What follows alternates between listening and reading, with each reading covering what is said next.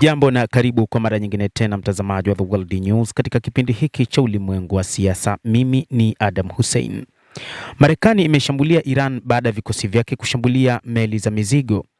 Jeshi la Marekani limefanya mashambulizi katika maeneo maalum nchini Iran baada ya Rais Donald Trump kuishutumu Iran kwa ukiukwaji aliouita ukiukwaji wa kijinga wa makubaliano yake ya kusitisha mapigano kufuatia shambulizi la meli ya mizigo katika mlango wa bahari wa Hormuz. Kamandi kuu ya Marekani ama CENTCOM imesema ilishambulia vituo vya kuhifadhia makombora na ndege zisizokuwa na rubani na sehemu za rada za pwani mnamo siku ya jana Ijumaa.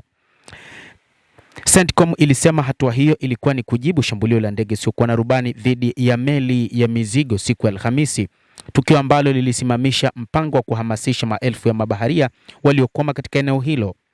Tehran ilisema meli hiyo ya mizigo ilishambuliwa kwa sababu ilikuwa ikitumia njia ambayo haijaidhinishwa kupita katika maji ya Ghuba.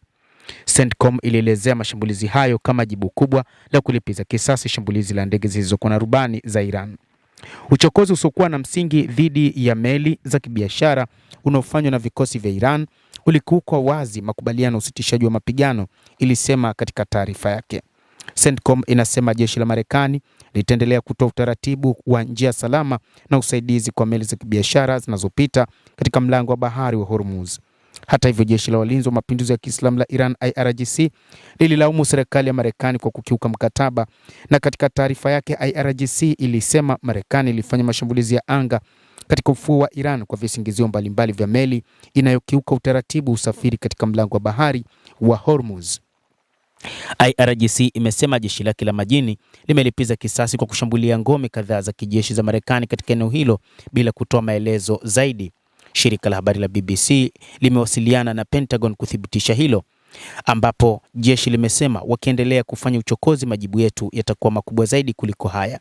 IRGC ilisema Tehran ilifunga mkondo huo baada ya mashambulizi ya Marekani na Israel dhidi ya Iran kuanza mwishoni mwa mwezi wa Februari.